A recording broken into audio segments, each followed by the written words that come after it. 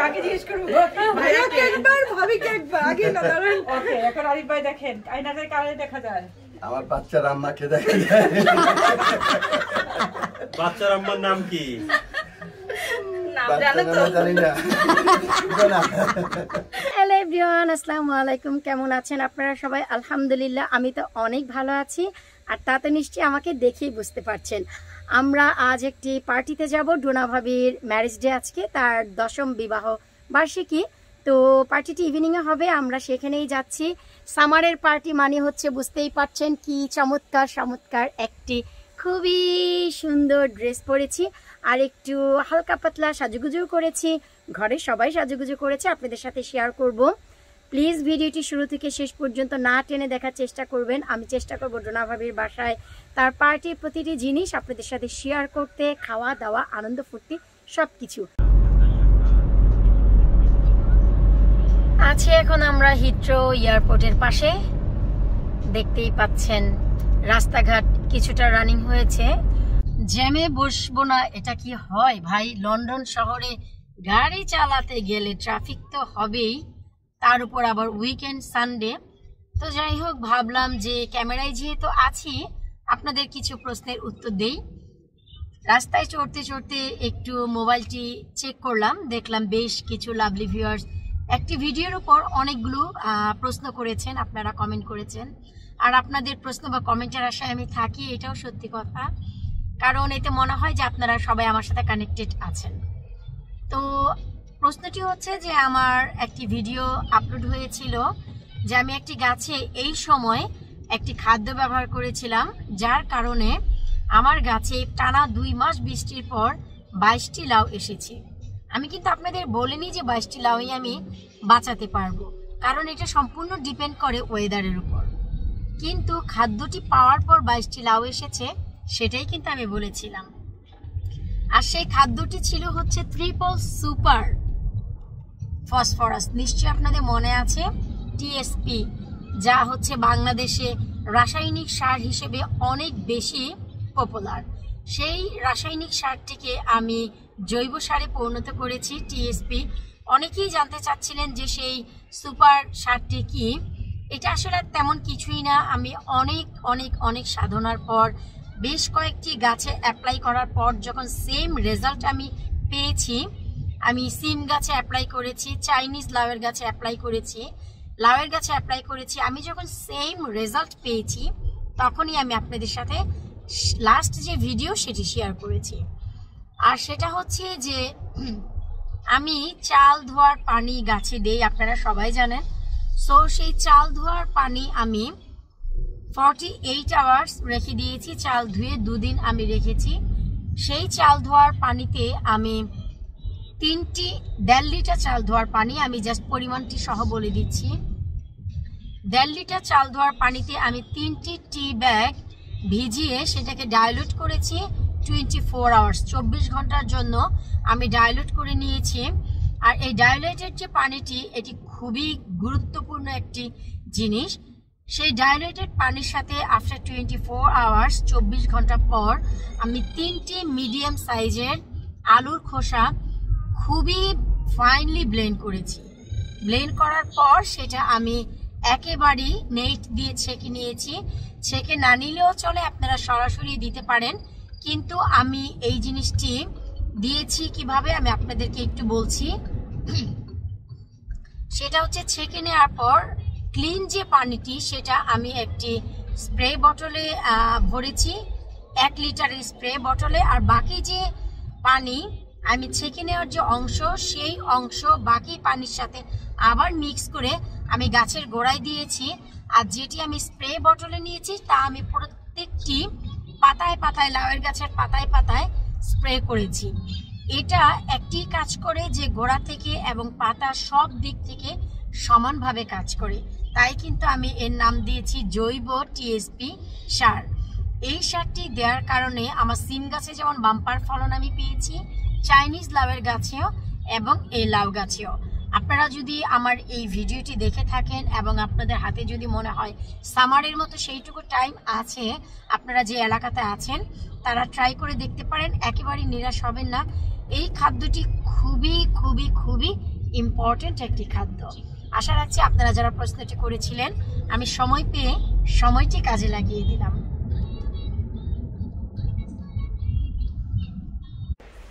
এই তো আমরা ডোনা ভাবির বাসায় চলে এসেছি। ভাবি হচ্ছে সাজুগুজু করছে, তো এরই ফাঁকে চলুন, ভাবি হালকা করে একটু ডেকোরেশনও করেছে, আমরা একটু দেখি। ছবি তোলাতুলি তো পরে হবে। পিঙ্ক, পার্পল আর গোল্ড বোধ হয় না, এটা হচ্ছে হালকা পিঙ্ক আর পার্পল দিয়ে ডেকোরেশন করেছে, খুবই চমৎকার করে। মাম্মি মাম্মি মাম্মি আমাদের আমিনা বুড়ি একটি ডস্টি পিঙ্ক ড্রেস পরেছে অ্যাজ ইউজুয়াল। আমান আইপ্যাড দেখছে, ওর বয়সের আসলে কেউ নেই, একেবারেই ভোর। তো এই হচ্ছে ভাবি ডেকোরেশন করেছে, এখানে দাঁড়িয়ে সুন্দর ছবি টবি তোলা যাবে। তারপর হচ্ছে দেখি যে ভাবি আজকে খাবারের আয়োজনে কি করলো, তাও একটু দেখে আসি। এরপর হচ্ছে ভাবি আজ খাবার করেছে, বুফেটে দেখাই যাচ্ছে। এখানে ডিমের কোরমা আছে, নিশ্চয়ই বিফ হবে, এটি দেখেই বোঝা যাচ্ছে বিফ কারি। তারপর হচ্ছে এখানে কাবাব আছে, চিকেনের রোস্ট করেছে। সবগুলো খাবার খুবই গরম। আর এই হচ্ছে ভাইয়া আজকে পিঙ্ক পাঞ্জাবি পরেছে, আজাদ মিয়া।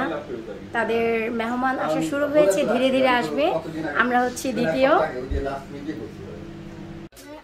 এরপর এই তো আমাদের শাড়ি সুন্দরী চলে এসেছে। ডোনা ভাবির ফেভারিট ড্রেসই হচ্ছে শাড়ি, এমনকি সে হলিডেতে বিচে যায় শাড়ি পরে, আনবিলিভেবল। তো তার এই ওয়েডিং অ্যানিভার্সারিতে কি আর শাড়ি না হয়? এই হচ্ছে আমাদের ডোনা ভাবি, সুন্দরী কুইন, শাড়ি সুন্দরী নাম দিয়েছে আমি এর। আপনারাই বলেন, সে 5 মিনিটও নেয়নি, এত চমৎকার করে শাড়িটি পরেছে, একেবারে তার ডেকোরেশনের সাথে ম্যাচ হয়ে গেছে। ভাবিকে তো খুব সুন্দর লাগছে ভাবি। তো শাড়ি সুন্দরীকে যেহেতু নিয়েছি, ভাবলাম যে আমি নিজেও একটু ভিডিওতে থাকি, এতে করে ভাবির সাথে আমারও একটু স্মৃতি থাকলো, দেখলে স্মৃতিচারণ হলো, এই আর কি। তো এখন হচ্ছে আমাদের বরাবরই ভিডিওতে যা হয়, একটু ফটোশুট হবে, তারপর আমাদের খানা দানা। প্লিজ ভিডিওর সাথেই থাকবেন, চেষ্টা করব প্রতিটি জিনিস আপনাদের সাথে শেয়ার করতে। এখনো পর্যন্ত সবাই আসেনি, আসলেই আমরা একে একে সবার ছবি তুলবো এবং ভিডিও করে আপনাদের সাথে শেয়ার করব। ভাবি আরও বেশ কিছু জিনিস আয়োজন করেছে, এই যে সব কিছু ড্রিঙ্কস, ফিজি ড্রিঙ্কস থেকে শুরু করে বাচ্চাদের ড্রিঙ্কস সব একটি পাশে আছে। মিন্ট ওয়াটার খুব ভালো লাগে খাওয়া দাওয়ার পর। আর এগুলো হচ্ছে গাছের লাউ দিয়ে ভাবি কি যেন রান্না করেছে দেখি তো, ও লাউ দিয়ে চিংড়ি করেছে, এটা হচ্ছে ভাবির গাছের লাউ। তারপর এই তো এখানে ভাত করেছে, এখানে ডাল আছে, তারপর হচ্ছে এখানে সালাদ আছে, আর এখানে কি এই হচ্ছে কোনো শুটকি হবে আমি বলতে পারছি না, খাওয়ার সময় অবশ্য। ও এটা হচ্ছে লাউয়ের খোসার ভর্তা, আর এটা হচ্ছে লেবু, সাথে হালকা একটু কিছু আছে। আজকে আমি যে রান্না করেছি, তো শাক রান্না করেছিলাম, পরিমাণে অনেক বেশি, তো কিছুটা ভাবির জন্য নিয়ে এসেছি। খাবার স্টিল এখনো গরম হচ্ছে। আর এই তো এখন হচ্ছে সবাই বসে গল্প গুজবের পালা। আর এটা আমি আসার আগে ভিডিও করছিলাম, আমি বললাম যে একটা চা তো বানায়, আমি রেডিওতে বলতে পারতাম যে একটা চা একটা বিস্কিট খাও, সাথে বলে না আমি মহব্বত ছিল না তেমন। হ্যাঁ বলে গরমের মধ্যে চা খেতে হবে না, আমি চা খাবো না, সবাই এখানে তো ঠিক আছে না। সুগার যেটা মধ্যে আছে সেটা নিয়ে নিয়ে আমি এখন আমি একটা মধ্যে সুগার দিচ্ছি, এখন কোনটা মধ্যে দিচ্ছি আমার মনে নাই। ইমরান ভাইয়ের একটা ফোন দাও, কত দিন। এরপর হচ্ছে এই যে ভাবি কিছুটা এখানে কেকও রেখেছে স্ন্যাক্সের জন্য। আমাদের আমিনা বুড়ি অলরেডি খাওয়া খেয়ে শুরু করেছে, খুব চমৎকার করে সুন্দর করে ডেকোরেশন করেছে। এখানে কিছুটা সফট ড্রিঙ্কস আছে।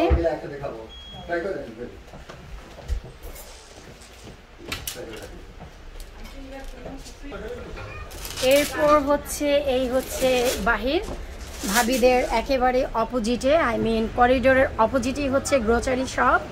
কোনো কিছুর অভাব নেই আমাদের মতন, আমরা যেমন এক দেশ থেকে আরেক দেশে যাই, তাদেরটা করতে হয় না, খুব বেশি ফ্যাসিলিটিস। ওই যে দেখেন হাত বাড়ালেই ফল ফ্রুটস সব দেখা যাচ্ছে, নেওয়া যাবে।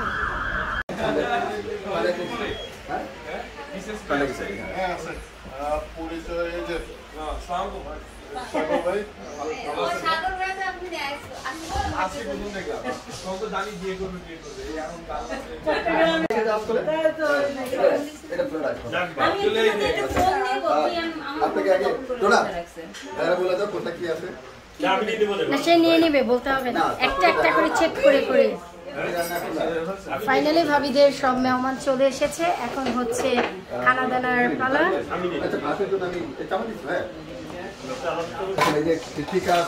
বরাবরের মতনই আজাদকে একটু প্রথমে নিতে দেখছি, সে সব কিছু বুঝে বুঝে নিচ্ছে।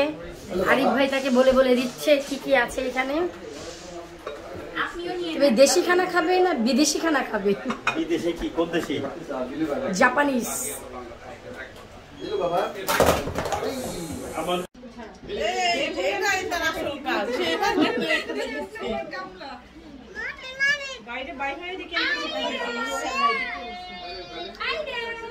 তুমি শেয়ার করবে? আমি না।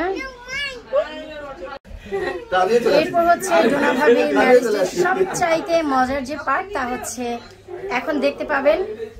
জানি না যে কি প্রোগ্রাম চলছে, তবে আপনারা ভিডিওর সাথেই থাকুন।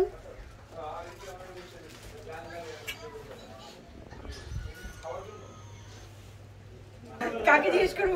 ভাইয়াকে একবার, ভাবিকে একবার, আগে না দাঁড়ান। ওকে, এখন আরিফ ভাই দেখেন, আয়নাতে কারে দেখা যায়? আমার বাচ্চার আম্মাকে দেখা যায়। বাচ্চার আম্মার নাম কি? জানি না।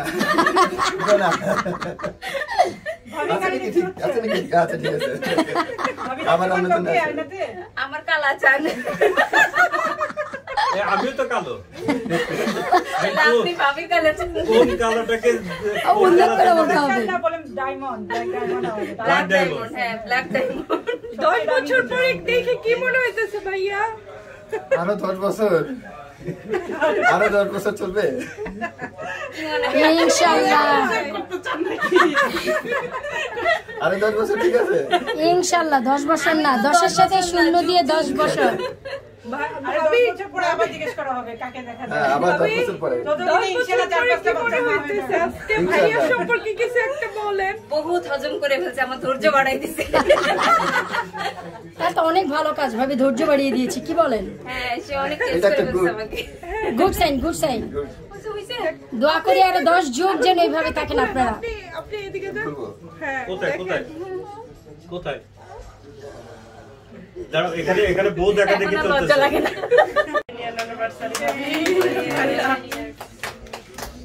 ভাইয়া ভাবি হচ্ছে এখন 10 বছরের অ্যানিভার্সারির কেক কাটিং করেছে, এখন খাওয়া খাওয়ার পালা হবে। আমি ভিডিও করছি ভাই, তোমরা একটু ছবি টবি তো দাও। ভাই আরো 10 বার খাওয়াই দেন। 10 বার খাওয়াবেন, 10 বছর আছে। ঠিক তো? হ্যাঁ, করতে পারবেন তো? অবশ্যই।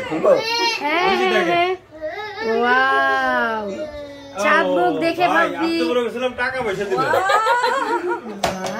নাইস। তোমাদের জন্য বাচ্চা আছে পিছনে। এটা কি সারপ্রাইজ গিফট? না, ওর কাছ থেকে সারপ্রাইজ নিলে আমার পছন্দ হয়েছে না। লাগাও।